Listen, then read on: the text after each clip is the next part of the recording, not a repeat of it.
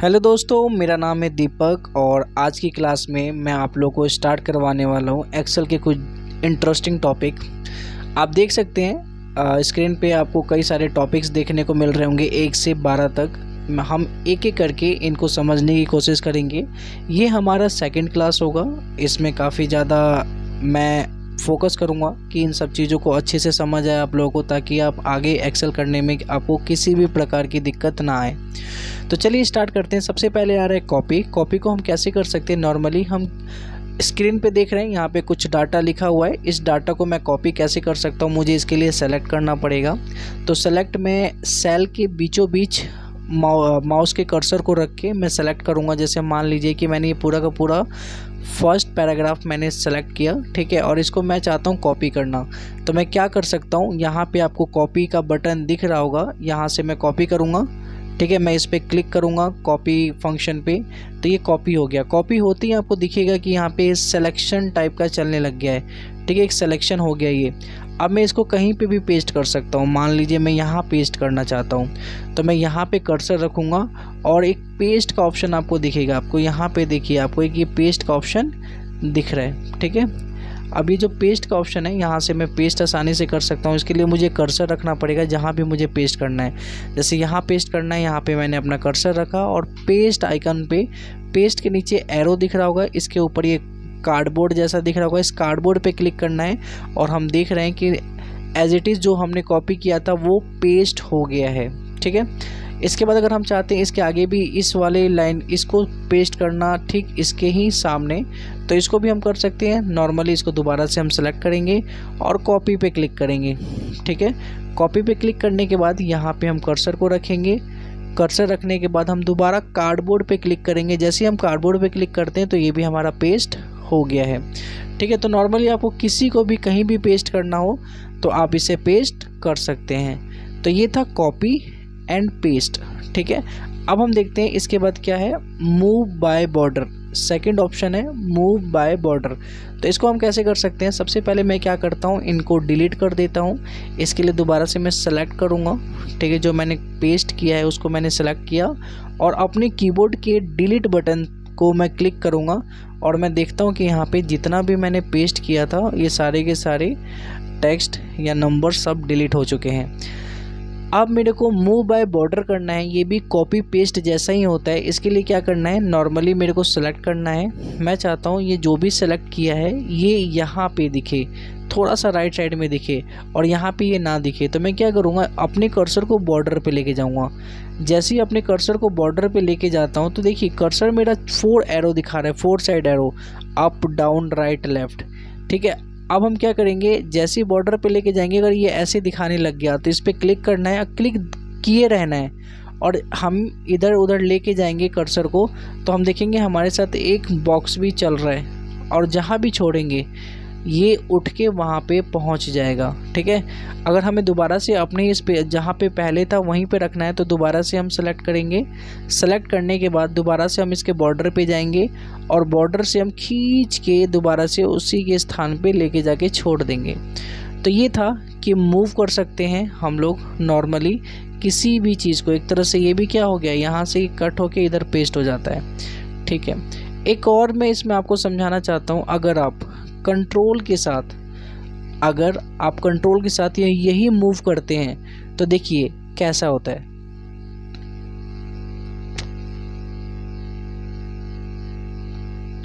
यहाँ पे हम देख सकते हैं कि अगर मैंने कंट्रोल के साथ मैंने मूव किया तो ये पहले जो था ये वहीं रहा और एक नया पेस्ट कॉपी पेस्ट हो गया है आगे आके। तो अगर हम कंट्रोल के साथ करेंगे मूव तो ये एक तरह से कट पेस्ट होगा। कट पेस्ट का मतलब ये होता है, सॉरी, कॉपी पेस्ट होगा। कॉपी पेस्ट का मतलब ये होता है कि जो चीज़ मैंने कॉपी की है ये वहाँ पे भी रहेगा और जो नई जगह पे मैं जब पेस्ट करूँगा ये वहाँ पे भी चला जाएगा। अब मैंने इसको सेलेक्ट किया, नॉर्मली मैं कितना भी इसके आसपास भी सेलेक्ट कर सकता हूँ, डिलीट बटन दबा के इसको मैं डिलीट कर दूँगा। तो हमने समझा अभी ड्रैग बाय बॉर्डर या move by border. Hope so आप सभी को समझ आ गया होगा। अब हम बात करते हैं F4 फंक्शन की। F4 फंक्शन का यूज़ कैसे किया जाता है। तो चलिए, जैसे मान लीजिए कि अगर मैंने इस वाले लाइन को मैंने हाईलाइट दिया, हाईलाइट आपको दिख रहा होगा, मैं आपको दिखा देता हूँ हाईलाइट। ये होता है हाईलाइट। ठीक है, इसे हम हाईलाइट करते हैं किसी भी सेल को। तो इसके लिए क्या करना है, नॉर्मली मैं जाऊंगा किसी भी सेल को सेलेक्ट करूंगा। मैंने ऊपर के हेडिंग को सेलेक्ट किया है, मतलब product size, colour, item unit, ये आपको दिख रहा होगा हेडिंग में। मैंने इसको सेलेक्ट किया है और इसके बाद यहाँ पे हाईलाइट पे जाऊंगा, फिल कलर के नाम से ये आ रहा होगा। ठीक है, इसके साइड में एरो दिख रहा होगा, एरो पे क्लिक करूंगा और यहाँ पे कई सारे कलर दिख रहे होंगे। ठीक है, मैं जिस भी कलर पे लेके जाता हूँ अपना कर्सर, उस हिसाब से मेरा सेल चेंज हो रहा है। तो मुझे लगता है कि हाँ ये कलर सही लग रहा है, मुझे ये होना चाहिए, तो मैं इस पर क्लिक करूँगा। तो ये देखिए ये कलर में ही ये सेल पूरा कन्वर्ट हो चुका है। ठीक है, अब देखिए मैंने जो भी कलर मैंने किया, मैं चाहता हूँ कि ठीक यही कलर टोटल में भी किया जाए। ठीक है, टोटल जो शर्ट टोटल आ रहा है इस पे भी किया जाए। तो नॉर्मली मैं क्या कर सकता हूँ, इसको मैं सेलेक्ट करूँगा। सेलेक्ट करने के बाद दोबारा से मुझे इसी ऑप्शन पे जाने की ज़रूरत नहीं है, मैं डायरेक्ट सेलेक्ट करके F4 बटन प्रेस करूँगा। जैसे ही मैं F4 बटन प्रेस करता हूँ तो मैं देख रहा हूँ कि ये सेम वही कलर में हो चुका है। मतलब यहाँ पे F4 क्या करता है, F4 फंक्शन यूज़ करता है कि अगर आपने जो भी लास्ट टाइम पे किया है, ठीक है, यही उसको पेस्ट कर देता है दोबारा से। अगर मेरे को दोबारा से इसको पेस्ट करना हो तो मैं इसको सेलेक्ट करूँगा। ठीक है, और मैं फिर से F4 दबाऊँगा, ये भी सेम कलर में हो जाएगा। ठीक है, तो क्या ये बस हाईलाइट या फिर कलर फिल को ही ऐसा काम करता है? नहीं, ऐसा कुछ नहीं है, हम कुछ भी कर सकते हैं। जैसे मान लीजिए मैंने इन शर्ट को बोल्ड किया, मैंने इसको सेलेक्ट किया और बोल्ड ऑप्शन आपको दिख रहा होगा यहाँ पे। ठीक है, ये बी से बोल्ड होता है, बोल्ड ऑप्शन हमें दिख रहा है यहाँ पे। हम क्या करते हैं, हमने सेलेक्ट को सबसे पहले सेलेक्ट किया और बोल्ड पे क्लिक किया तो ये बोल्ड हो गया। अब मैं चाहता हूँ कि नीचे वाले लाइन में भी जो शॉर्ट लिखा हुआ है ये भी बोल्ड हो जाए, तो मैं दोबारा जाके मैं बोल्ड नहीं करूँगा। अब मैं क्या करूँगा, सीधा F4 दबा दूँगा तो ये ऑटोमेटिक बोल्ड हो जाएगा। ठीक है, वैसे ही नीचे भी अगर मैं F4 दबाता हूँ तो ये ऑटोमेटिक बोल्ड हो गया। ठीक है, होप सो आपको समझ आ रहा होगा। ठीक है, तो ऐसे ही मैं कुछ भी, अगर मान लीजिए अगर मैंने इन सारे सेल के अंदर जो भी लिखा हुआ है इसका कलर, ठीक है, अगर मैंने इसका कलर चेंज कर दिया, मैंने अगर मान लो इसका कलर कर दिया ग्रीन,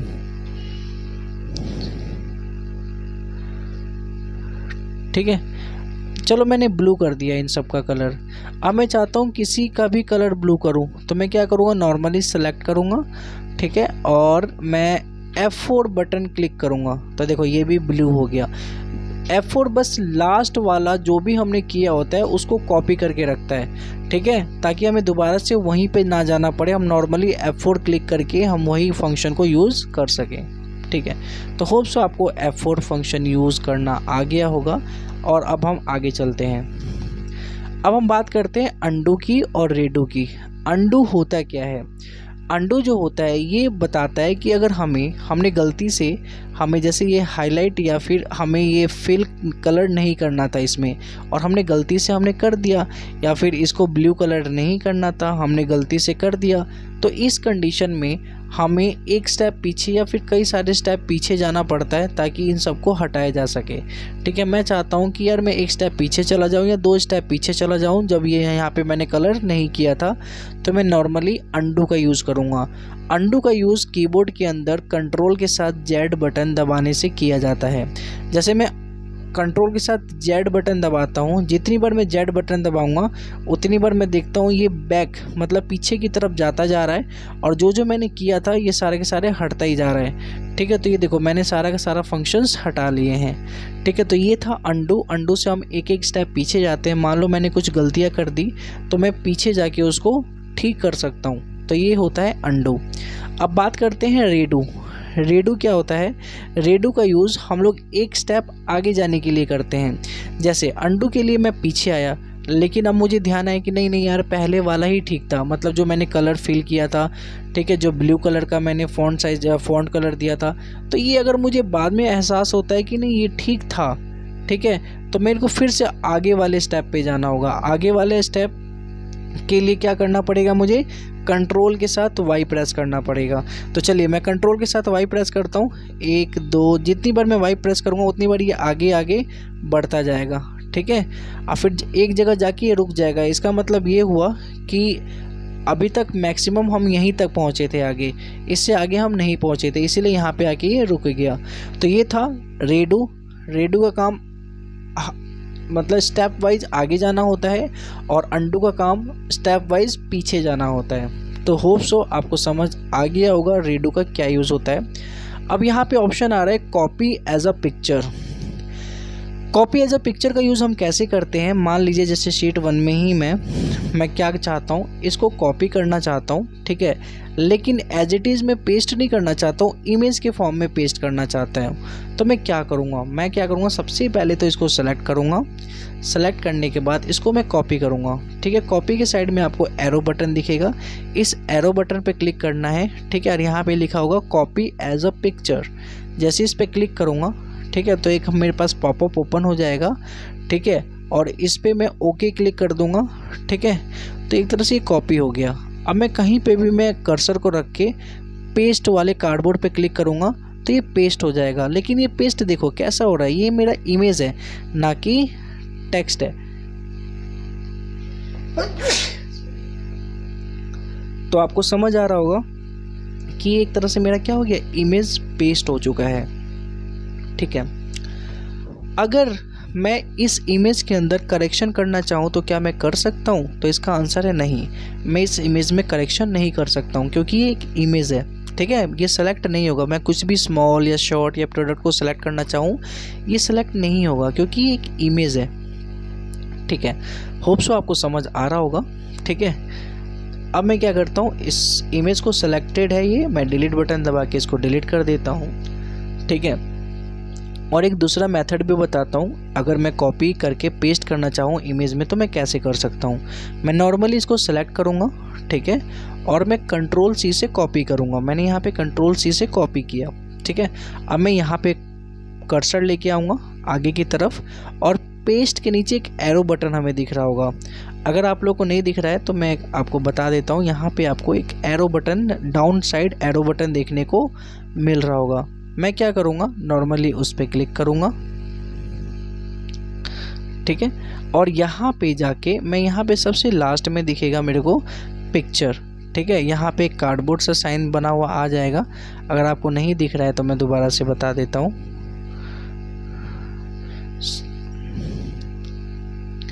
ठीक है।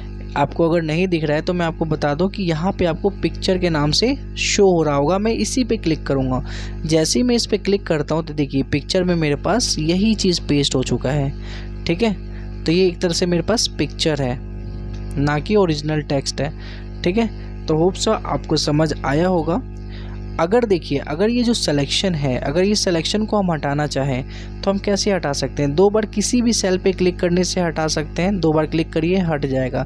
जैसे मैं 2 बार क्लिक करता हूँ 1 2 तो ये हट गया, ठीक है। या फिर अगर ये सेलेक्ट कर रखा है हमने, कॉपी कर रखा है और हमने हटाना है, ठीक है, तो मैं अपने कीबोर्ड का जो फर्स्ट बटन होता है लेफ़्ट साइड की तरफ सबसे ऊपर में ESC लिखा होता है, एस्केप का बटन होता है ये, मैं इस पर क्लिक करूँगा तो मेरा जो भी सिलेक्शन होगा ये सारा का सारा हट जाएगा। तो देखिए मैंने जैसे क्लिक किया ये सिलेक्शन हट चुका है, ठीक है। अब हम चलते हैं अपने आगे की टॉपिक की तरफ जिसका नाम है फॉर्मेट पेंटर। फॉर्मेट पेंटर का यूज़ हम कैसे करते हैं, चलिए मैं बताता हूँ।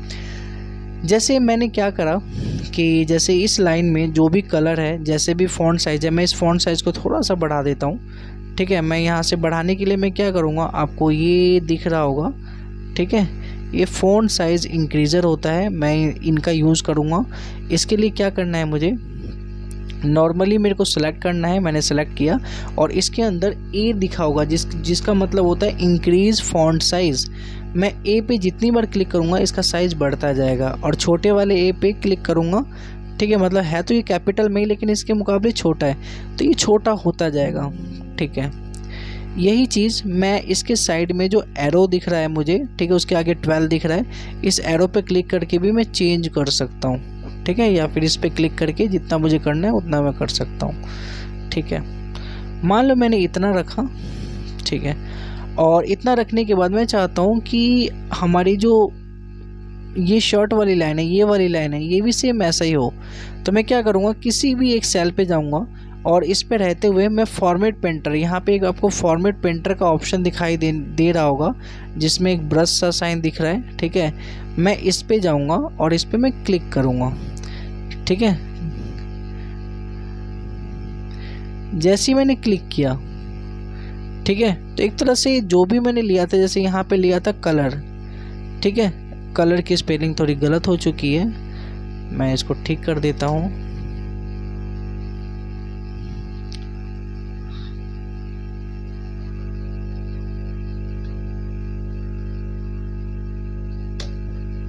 ठीक है, अब देखिए मैं किसी भी सेल पे रहते हुए मैं क्या करूँगा, फॉर्मेट पेंटर पे क्लिक करूँगा। ठीक है, अब मैं देख रहा हूँ कि हमारा जो कर्सर है प्लस का, उसके आगे एक ब्रश आ रहा है। ठीक है, अब इस ब्रश को हमें मारना है किसी भी टेक्स्ट के ऊपर।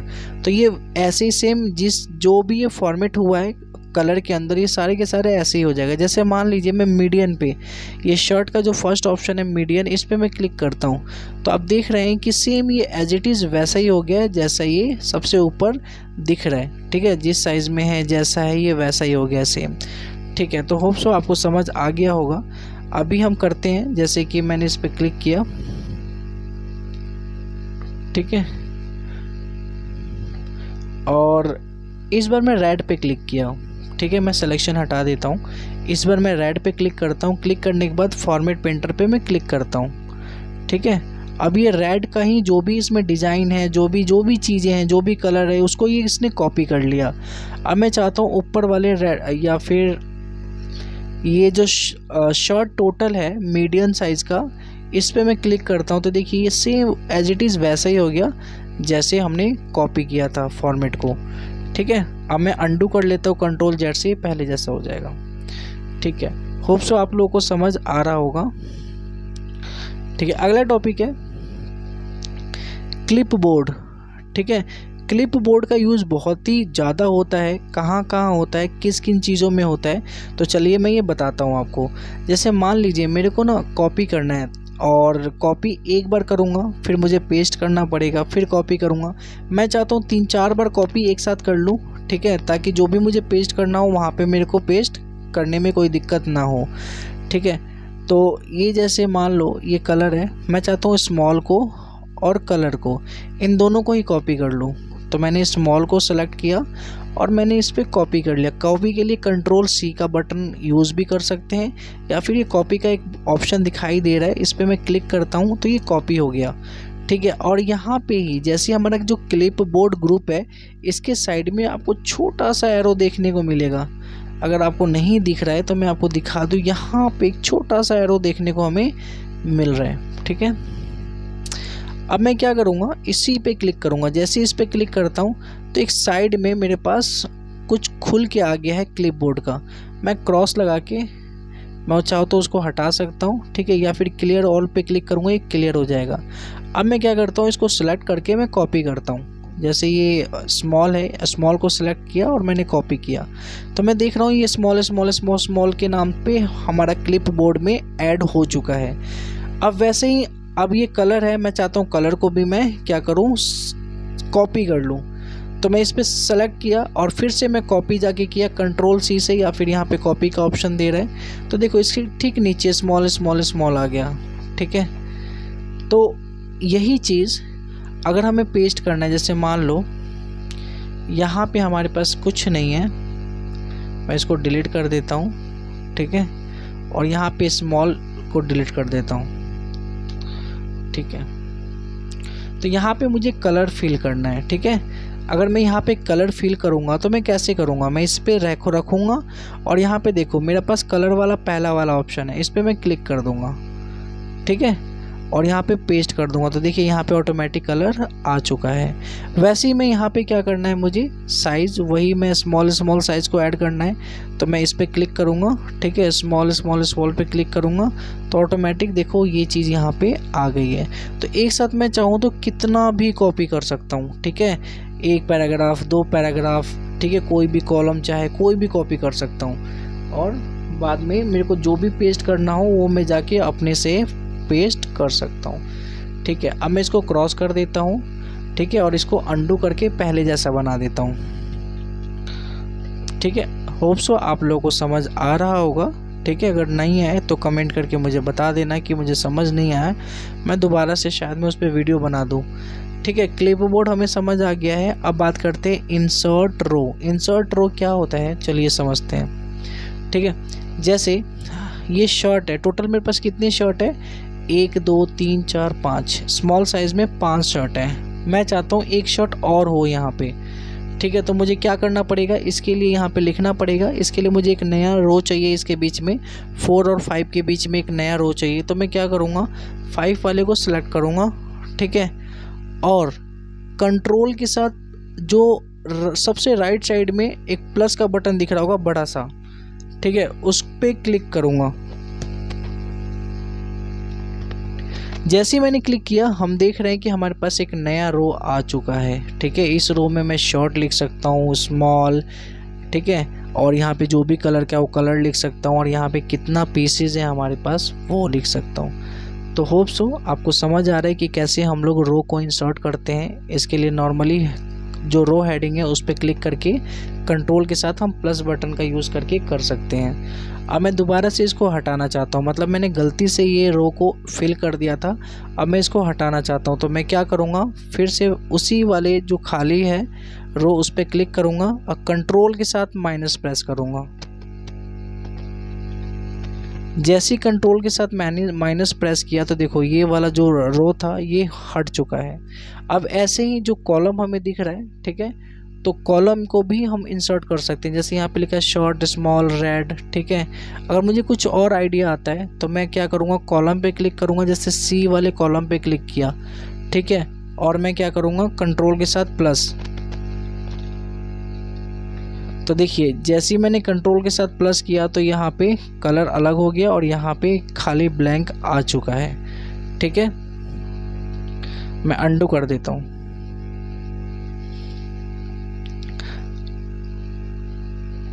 इंसर्ट रो समझ में आ चुका है क्या होता है। ठीक है, अब बात करते हैं इंसर्ट कॉलम। इंसर्ट कॉलम में मैंने बता दिया अभी जस्ट क्या होता है, कैसे करते हैं। ठीक है, अब बात करते हैं नंबर फिल।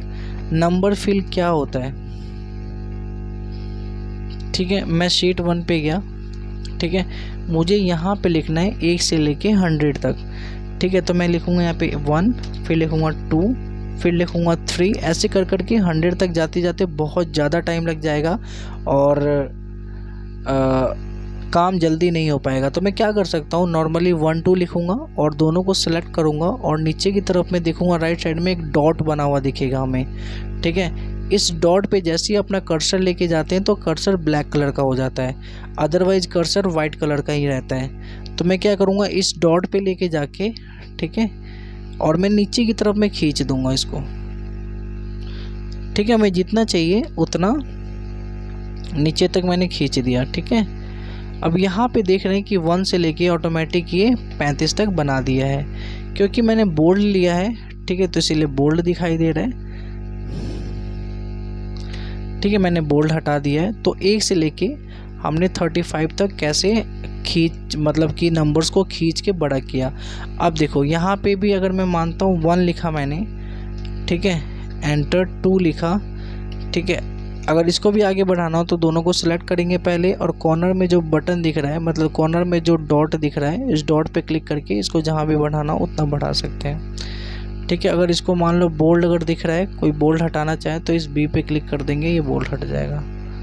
ठीक है, तो आपको समझ आ रहा होगा, मैं ये उम्मीद कर रहा हूँ। ठीक है, अब देखते हैं आगे। अच्छा, अभी ये कंप्लीट हुआ नहीं है। वैसे देखो हमने 1 और 2 इन दोनों को सिलेक्ट किया और जितना चाहिए वहाँ तक हमने स्क्रॉल डाउन किया। ठीक है, लेकिन हम ऐसे भी कर सकते हैं, 1 लिखेंगे। ठीक है, और इसके बाद मैं 1 यहाँ लिखता हूँ, 1। ठीक है, इसके बाद मैं क्या करूँगा, 1 लिखने के बाद मैं 1 पे ही क्लिक करूँगा, 1 को ही सिलेक्ट करूँगा और होम टैब में हमें एक ऑप्शन दिखाई देगा जिसका नाम है फिल। आपको फिल का अगर ऑप्शन ना दिखाए तो ऐसा कुछ आइकन ज़रूर दिखाई देगा ऐसा। ठीक है, अगर ये आइकन दिखाई दे रहा है तब तो बहुत अच्छी बात है। ठीक है, हम क्या करेंगे, इस पर क्लिक करेंगे। ठीक है, और यहाँ पे लिखा होगा सीरीज़, एक सीरीज़ ऑप्शन आ रहा होगा, सीरीज़ पे क्लिक करेंगे। ठीक है, और यहाँ पे आ रहा है रो और कॉलम सीरीज़ इन, तो मैं कॉलम पे क्लिक किया।